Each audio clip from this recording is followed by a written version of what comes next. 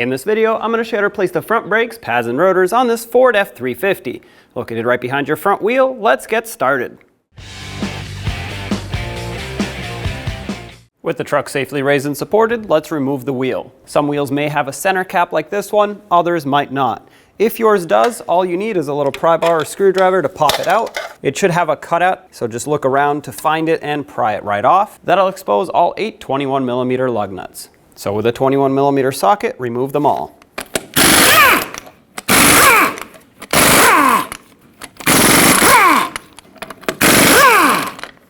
Now remove the wheel and set it aside.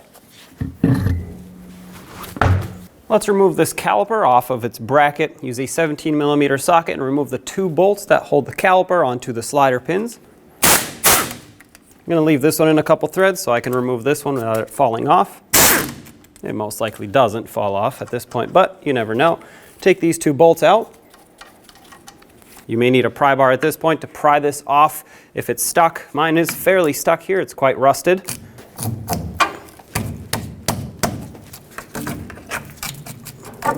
Just work it back and forth, bottom and top. Hold it so it doesn't fall down once it does break free and come off. There it is. Let's remove the brake pads. These are most likely going to be quite stuck in here. Sometimes a pry bar and a hammer is necessary. Take these out.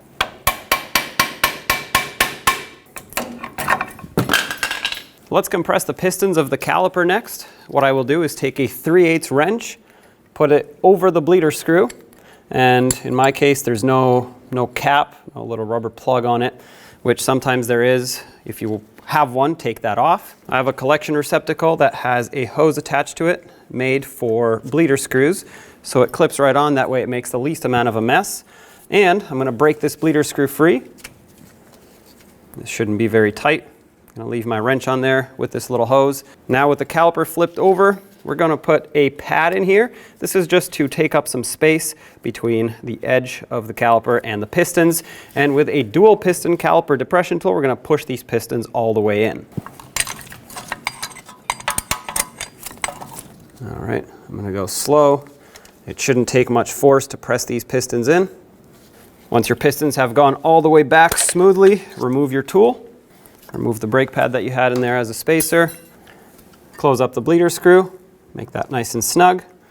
Carefully remove your hose. There was some brake fluid that dripped. I'm going to wipe that off with some brake parts cleaner. For now, I have this hung by a bungee cord, so I'm just going to set it aside. Wherever you put this, you just don't want it tugging on that brake hose or hanging by it. If you turn the steering wheel all the way, that'll give you much better access to use a power tool on these 2 21mm headed bolts holding the caliper onto the front axle. So let's take these off. Leave this one in a couple threads so we can hold this on while we remove the top one. Finish taking this off, set the caliper bracket aside for cleaning. A lot of times these rotors will seize on, so when you go to remove it, it's not going to want to come off. In that case, you could use a hammer, tap it, and then take it off. For me, it looks like it is not seized.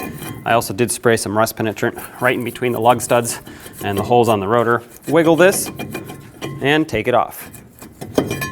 All right. What we need to do next is clean the surface of the hub, mostly on this outer ridge and the inner ridge right where the rotor sits. In the center, it's recessed so the rotor doesn't actually touch it. And regardless, it looks like it's in decent shape for me. If you need to use a sanding disc and sand these areas down, go ahead, just don't remove too much material. What you're looking for in the end is to have a nice flat surface, clean, free of debris, for the rotor to sit flat on. Otherwise, that can cause braking issues.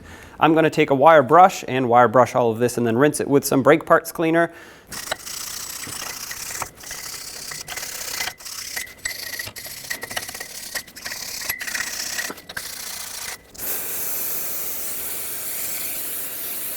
Once this has dried, apply some anti-seize to the surface so that it doesn't corrode in the future, and try to avoid getting it on the lug studs. If you get it on a little bit, that's okay, you can wipe it off, but mainly focus on the surface of the hub, especially on those 2 ridges that we cleaned.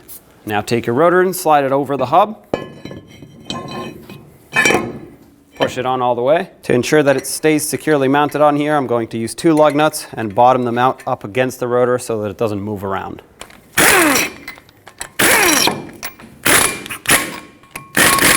Now use a clean rag or paper towel and some brake parts cleaner and wipe off all the oils and debris and fingerprints that are on the surface of the rotor, both the front and the back side.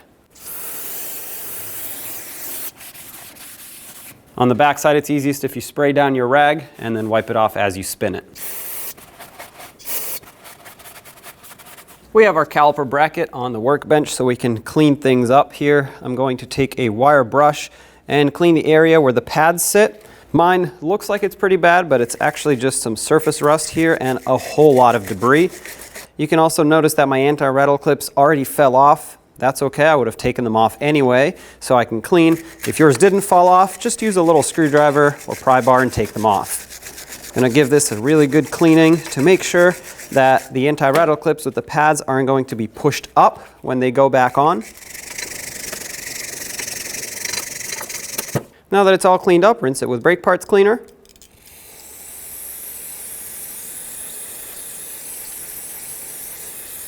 And once it has dried, put a little bit of brake grease or silicone paste on here. If you are using silicone paste, make sure it's rated for brakes or high temperatures. Mine is. If not, it will melt and get all over your brakes, and that's what you do not want. You only want a thin layer so that when we put the pads in here, they don't squish the grease out and get it all over the brakes. You just want enough to coat it to prevent corrosion. The anti-rattle clips in this application go on the pads, not on the caliper bracket. So we're going to wait to put those on. Now we're going to clean the slider pin. I'm going to take this one out, inspect it. This one seems to be in decent condition, although quite dirty, and there is some rust in there. But it did come out. It's not seized. A lot of times they seize. I'm also going to take this boot out and try to stick my rag right through the center of the boot to try to clean up all the debris that's in there.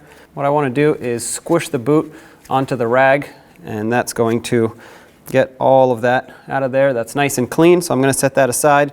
I also want to take my wire brush and clean right around this ridge. This is where the boot seals up, and if it's rusted and has a lot of debris, that cannot make a nice watertight seal. Therefore, water will get in and contaminate the grease that you put in here.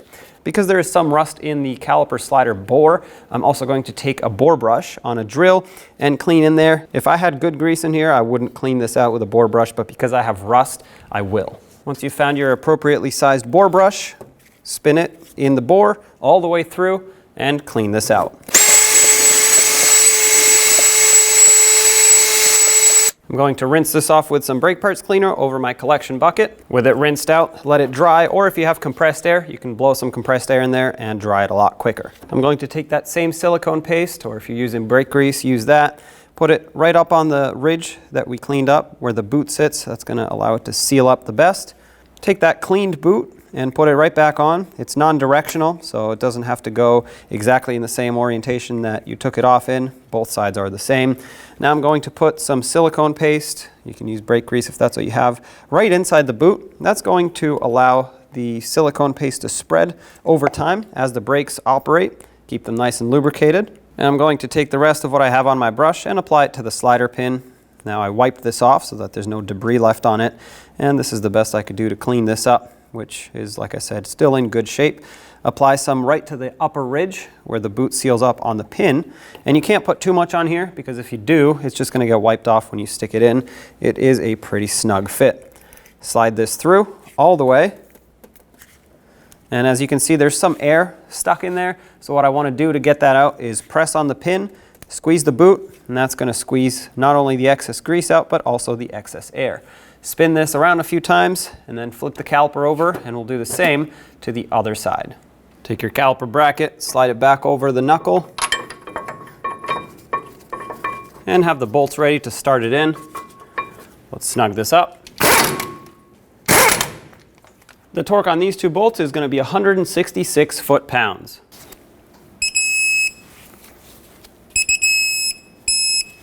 To get your pads ready for installation, you want to get your anti-rattle clips. You'll see that they have on the top a longer arm and a shorter one. The longer one is going to go on the top part of the pad. I know it's on the bottom right now. So there we go. This is the top part, and then this is going to be considered your bottom part of the pad.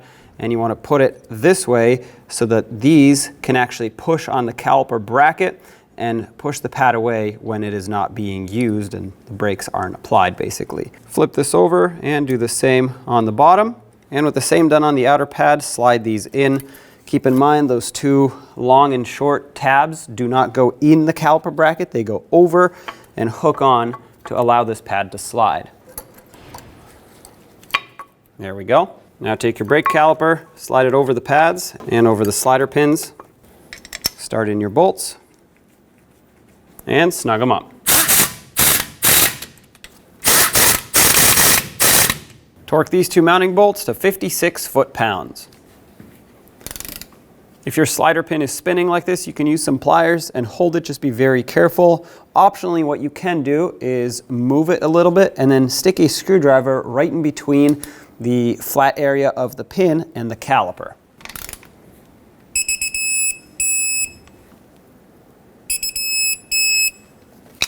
All right. Now do the same on the other side. Top off the master cylinder, pump up the brake pedal, and let's put the wheel on. Install all 8 lug nuts. We'll bottom them out in a cross pattern to seat the wheel evenly, and then also in a cross pattern, we'll torque them to 165 foot-pounds.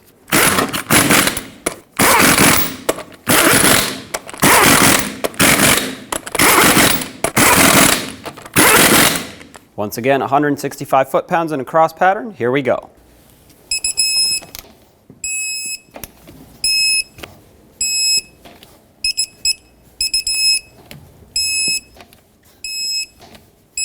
Double check them if you want. I'm sure that mine are tight. So now, because I had this cover, I'm going to put this back on, line it up, if yours had it, with the lug nuts, and then tap it on. There you have it. Take it for a road test. When only the best will do, demand TRQ. The only company that lets you view before you do. TRQ is committed to offering the highest quality aftermarket auto parts that are engineered for peace of mind. Thanks for using and viewing with TRQ.